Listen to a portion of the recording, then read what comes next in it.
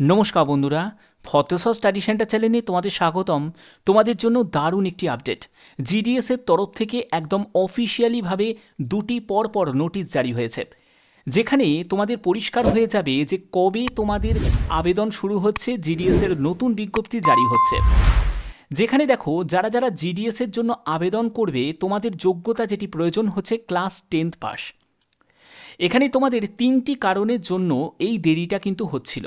জুলাই মাসে তোমাদের বিজ্ঞপ্তি জারি হয়ে যাওয়ার কথা, জুলাই গেল, আগস্টও শেষ হতে চলেছে, তাহলে কবে বিজ্ঞপ্তি জারি হবে? সেপ্টেম্বর মাসেই কি পসিবিলিটি আছে বিজ্ঞপ্তি জারি হয়ে যাওয়ার? কোন তিনটি কারণের জন্য এই দেরিটা হচ্ছিল সেটাও তোমরা জানতে পারবে আজকের ভিডিওর মাধ্যমে। তোমরা অবশ্যই ভিডিওটাকে শেষ পর্যন্ত দেখো, কারণ খুবই গুরুত্বপূর্ণ একটি আপডেট দিতে চলেছি। এবং তার পাশে তোমরা অবশ্যই কমেন্টে জানাবে যে মাধ্যমিকে তোমার কত পার্সেন্টেজ মার্কস আছে এবং তোমার পোস্ট অফিসের নাম, সেটাও কিন্তু প্রত্যেকে এখনই কমেন্টে জানিয়ে দেবে। তো চলো মূল নোটিফিকেশানে চলে যাচ্ছি, প্রত্যেকটি তথ্য তোমাদের কাছে তুলে ধরছি। এখানে দেখো, জিডিএস এর তরফ থেকে নতুন নিয়োগ 2025, যেখানে যোগ্যতা তোমাদের মাধ্যমিক পাশই থাকবে, অর্থাৎ যোগ্যতার ক্ষেত্রে কোনো পরিবর্তন তোমরা দেখতে পাবে না। ওকে, 12 পাস যোগ্যতা থাকবে না, এই ব্যাপারটা ইমপ্লিমেন্ট হয়নি। ঠিক আছে, প্রস্তাবনা রাখা হয়েছিল, বাট সেটা ইমপ্লিমেন্ট হয়নি, যোগ্যতা মাধ্যমিকই থাকছে। এখানে তোমাদের কি কি কারণের জন্য এই ডিলেটা হচ্ছে, যেখানে জুলাই মাসে বিজ্ঞপ্তি জারি হয়ে যাওয়ার কথা, জুলাই গেল, আগস্টও শেষ, তাহলে কেন বিজ্ঞপ্তি এত বেরোতে দেরি করছে?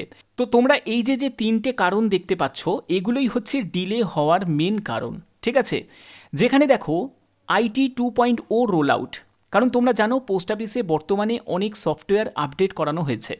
এবার এই আপডেট করানোর সময় কি হয়েছে, বিভিন্ন টেকনিক্যাল ইস্যু হয়েছে, এবং এই টেকনিক্যাল ইস্যুর কারণে বিভিন্ন জায়গায় মানে আরও যেসব প্রসেসগুলো চলছিল সেগুলোও ব্যাহত হয়েছে। তো এটাই কিন্তু একটা অন্যতম একটা কারণ ডিলের জন্য। প্রথম কারণ হচ্ছে এটা। দ্বিতীয় কারণ হচ্ছে promotion of GDS MTS postman mail guard. কারণ তোমরা জানো যে জিডিএসে কেউ যখন চাকরি পায়, তার একটা মনের আশা থাকে সে আপার পোস্টে যাবে প্রমোশন হয়ে। সেখানে কেউ জিডিএস থেকে চলে যাবে, কেউ পোস্টমাস্টারে চলে যাবে, কেউ এমটিএসে চলে যাবে, কেউ মেল গার্ডে চলে যাবে। এইসব ভালো ভালো পোস্ট যেগুলো আছে, সেই পোস্টগুলোতে প্রমোশন নেবে। এবার যদি কোনো জায়গায় যদি প্রমোশন আটকে থাকে, মানে প্রমোশনের প্রসেস যদি আটকে থাকে, তাহলে কি হবে, বাদবাকি যে প্রসেসগুলো সেগুলো আটকে যাবে। যেমন হচ্ছে কেউ ধরো জিডিএস থেকে প্রমোশন পেয়ে চলে গেল পোস্টমাস্টারে, তাহলে এই যে জিডিএসের যে খালি জায়গাটা রইল, এই খালি জায়গাটা পূরণ করার জন্য নতুন বিজ্ঞপ্তি জারি হবে। এবার যদি কোনো কারণে যদি জিডিএসের প্রমোশন লেভেলটা যদি আটকে থাকে, হোল্ড থাকে, তাহলে কি হবে, সেই নতুন বিজ্ঞপ্তি বেরোতেও দেরি হবে। তো এটাও একটা দ্বিতীয় কারণ। তৃতীয় যে কারণ সেটা হলো ট্রান্সফার রুল, কারণ তোমরা জানো যে রুল 3 ট্রান্সফারের ব্যাপারটাও থাকে, যেটা কিন্তু একটা মেন কারণ। সেটার জন্যও কিন্তু এই ব্যাহতটা হচ্ছে, যে নতুন বিজ্ঞপ্তি বেরোতে দেরি হচ্ছে। তো এই তিনটে মেন কারণের জন্যই বিজ্ঞপ্তি বেরোতে দেরি হচ্ছে। এবার এখানে দেখো, তো এবার দেখো সবথেকে ভালো ব্যাপার হচ্ছে যে 19/8/2025 এখানে প্রমোশন লেভেলটা সেটা কিন্তু আটকে নেই। এবার কিন্তু প্রমোশন লেভেলের প্রসেসও কিন্তু কন্টিনিউ হচ্ছে। এখানে দেখো, তোমরা যদি দেখো এই নোটিশটায়, এই নোটিশে কিন্তু বলা হয়েছে যে আনসার কি, দেখো তোমাদের অ্যান্সার কি কিন্তু জারি হয়ে গেছে। Series A B C D, যে এলডিসি যারা প্রমোশন লেভেলের, জিডিএস থেকে যারা প্রমোশন হয়ে যারা পিএএসএ পোস্টের জন্য যাবে, তো তাদের যে আনসার কি সেটাও জারি হয়ে গেছে। অর্থাৎ বুঝতে পারছো, প্রসেস কন্টিনিউ এখন আছে এবং স্বাভাবিক আছে, কোনো আর ডিলে প্রসেস কিন্তু আর হবে না। এবার পরবর্তী যে আরেকটি নোটিশ, তো দেখো তোমাদের পোস্টাল ডিপার্টমেন্টের তরফ থেকে আর একটা নোটিশ জারি হয়েছে, যে নোটিশটা খুবই গুরুত্বপূর্ণ একটি নোটিশ, যেটা নিয়ে তোমাদের গতকালও আমি আলোচনা করে দিয়েছি। তো এই জায়গাটা একবার বুঝে নাও। এখানে কি বলতে চাইছে, বলছে যে সাবজেক্টে বলছে urgent request for early commencement of GDS rule 3 transfer September 2025। এবার জিডিএস রুল 3 ট্রান্সফারটা কি? তো এখানে দেখো, জিডিএস রুল 3 ট্রান্সফার এটা কতটা ইম্পর্টেন্ট, তো সেই ব্যাপারটাই কিন্তু এখানে বলা আছে, যে যতক্ষণ না জিডিএস রুল 3 ট্রান্সফার প্রসেসটা কমপ্লিট হবে, বাদবাকি প্রসেসগুলোও কিন্তু ডিলে হবে। এখানে যেটা বলছে যে আইটি 2.0, দেখো আইটি 2.0-র কারণে, কারণ তোমরা জানো বিভিন্ন পোস্টাল সার্কেলের যেসব সফটওয়্যারগুলো আপডেট হয়েছে, এবং সেই আপডেট কারণে বিভিন্ন টেকনিক্যাল ইস্যু হয়েছে। এই টেকনিক্যাল ইস্যুর জন্যই কিন্তু তোমাদের জিডিএস রুল 3 ট্রান্সফার সেই প্রসেসটাও ডিলে হয়ে গেছে, যার জন্য, এবং সেই ডিলেটা 3 মাসের বেশি কিন্তু ডিলে হয়ে গেছে। যেখানে তোমাদের জুন মাসে জুন মাসে এই জিডিএস রুল 3 ট্রান্সফার প্রসেসটা কমপ্লিট হয়ে যাওয়ার কথা ছিল, কিন্তু সেটা এখনও কমপ্লিট করে উঠতে পারিনি। তার কারণ হচ্ছে টেকনিক্যাল ইস্যু। আইটি 2.0 সফটওয়্যার আপডেটের জন্য এই টেকনিক্যাল বিভিন্ন ইস্যু হয়েছে, তার জন্য এই প্রসেসটাকে কমপ্লিট করে উঠতে পারিনি। এবার তোমাদের মনে জাগতেই পারে যে স্যার জুলাই মাসে বিজ্ঞপ্তি জারি করতে কী ক্ষতি আছে, এগুলো নয় পরবর্তী সময় যেমন কমপ্লিট হওয়ার হবে, কিন্তু নতুন বিজ্ঞপ্তি তো জারি করেই দেওয়া যায়। কিন্তু এই জায়গাটাই হচ্ছে মেন সমস্যা, সেটা হচ্ছে কখনোই সেটা জারি করা যায় না। কারণ কি, যতক্ষণ তুমি ধরো একজন ওয়েস্ট বেঙ্গলের ক্যান্ডিডেট, তুমি জিডিএসের জন্য অ্যাপ্লাই করেছো, তুমি কোথায় অ্যাপ্লাই করেছো, তুমি ত্রিপুরাতে অ্যাপ্লাই করেছো, ধরো তুমি ত্রিপুরাতে অ্যাপ্লাই করেছো, তুমি ত্রিপুরাতে চাকরি পেয়ে গেছো। এবার তুমি চেষ্টা করছো যে ত্রিপুরা থেকে ওয়েস্ট বেঙ্গলে আসবে।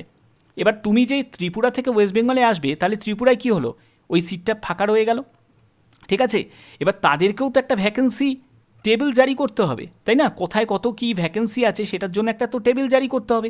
এবার সেই টেবিলটা পাবে কি করে, যতক্ষণ না ট্রান্সফারের ব্যাপারটা যতক্ষণ না মিটে যায়। এবার শুধু ট্রান্সফারের ব্যাপারটা নয়, তার সঙ্গে চলে আসছে প্রমোশনের ব্যাপারটা। প্রমোশন ব্যাপারটাও কিন্তু রিলেটেড। কেন কি, ধরো তুমি জিডিএসে চাকরি পেয়েছো, এবার তুমি কি সারা জীবন জিডিএসে থেকে যাবে? তুমি তো চেষ্টা করবে জিডিএস থেকে আমি যেরকম হোক না কেন আমি জিডিএস থেকে এমটিএস পোস্টে যাব, কেউ চেষ্টা করবে যে জিডিএস থেকে আমি পোস্টমাস্টারে যাব, কেউ চেষ্টা করবে জিডিএস থেকে আমি মেল গার্ড পোস্টে যাব। তো এইসব বিভিন্ন রকম তারা চাইবে। এবার কেউ যদি জিডিএস থেকে এমটিএসে চলে যায় বা পোস্টম্যানে চলে যায় বা মেল গার্ডে চলে যায়, তাহলে কী হলো, জিডিএসের ভ্যাকেন্সিটা ফাঁকা রয়ে গেল। এবার এই ফাঁকাগুলোকে পূরণ করতে হবে, তার জন্য নতুন বিজ্ঞপ্তি জারি করতে হবে, নিউ রিক্রুটমেন্ট নোটিফিকেশন জারি করতে হবে। তো সেগুলোর জন্যও তো ভ্যাকেন্সি টেবিল তাকে জারি করতে হবে। এবার ভ্যাকেন্সি টেবিলটা আসবে কি করে? ভ্যাকেন্সি টেবিলটা আসার জন্য এই যে ব্যাপারটা, মানে ট্রান্সফার 3 রুলস যেটা আছে সেটাকেও কমপ্লিট হতে হবে, প্রমোশন যে প্রসেস সেটাকেও কমপ্লিট হতে হবে। যেটার তোমাদের কারণ সেটা হলো টেকনিক্যাল বিভিন্ন ইস্যুর জন্য কিন্তু সেই প্রসেসগুলো ডিলে হয়েছিল। এবার এখন কিন্তু সেটাগুলো আর ডিলে নেই, এখন কিন্তু প্রসেস চলবে। কারণ তোমাদের এখানে কড়াকড়িভাবে বলে দিয়েছে, we therefore request your kind intervention to commence the GDS rule 3 transfer process at the earliest. যত তাড়াতাড়ি সম্ভব এই জিডিএস মানে যে রুল 3 ট্রান্সফার প্রসেসটাকে কমপ্লিট করতে হবে। তাহলে কমপ্লিট করার মানে ধরো তোমাদের সেপ্টেম্বর মাসেই কিন্তু কমপ্লিট হয়ে যাচ্ছে। তো সেপ্টেম্বর মাসে কমপ্লিট হয়ে গেলে সেপ্টেম্বরের লাস্টের দিকে অথবা তোমাদের অক্টোবরের ফার্স্ট উইকে, ঠিক আছে, ফার্স্ট উইকে এর বিজ্ঞপ্তি কিন্তু জারি হতে চলেছে। মানে নতুন জিডিএসের বিজ্ঞপ্তি তোমরা নিশ্চিন্তে থাকো, জারি হয়ে যাবে। যারা যারা ভাবছো যে জিডিএসের এবছরে আর বিজ্ঞপ্তি জারি হবে না, না, বিজ্ঞপ্তি জারি হবে। যে 3টে কারণের জন্য এই ডিলেটা হচ্ছিল সেই প্রবলেমগুলো সলভ হয়ে যাবে সেপ্টেম্বর মাসের মধ্যেই, প্রবলেমগুলো সলভ হয়ে যাবে এবং জিডিএসের নতুন বিজ্ঞপ্তিও তোমাদের জারি হয়ে যাবে সেপ্টেম্বর লাস্টের দিকে, আর না হলে অক্টোবরের ফার্স্ট উইকের মধ্যেই, ঠিক আছে। এই তোমাদের ডেট আমি বলে রাখলাম, এই ডেটের মধ্যে তোমরা মিলিয়ে নিও, তোমাদের বিজ্ঞপ্তি জারি হয়ে যাবে। আশা করছি তোমাদের ভিডিওর মাধ্যমে সম্পূর্ণ ব্যাপারটা ক্লিয়ার করলাম। এবং তোমরা প্রত্যেকে কমেন্টে এখনই জানিয়ে দাও যে 10তে তোমার কত পার্সেন্টেজ নাম্বার আছে এবং তোমার যে পোস্ট অফিস তোমার নিয়ারেস্ট পোস্ট অফিস অবশ্যই তোমরা কমেন্টে জানাবে। তো আশা করছি ভিডিওটা প্রত্যেকের জন্য খুব গুরুত্বপূর্ণ। আর এরকমই যদি গুরুত্বপূর্ণ আপডেট পেতে চাও তাহলে অবশ্যই বলবো চ্যানেলটাকে সাবস্ক্রাইব করে এখনই বেল আইকনটাকে অল করে নাও। এখনের মতো এইটুকুই, টাটা।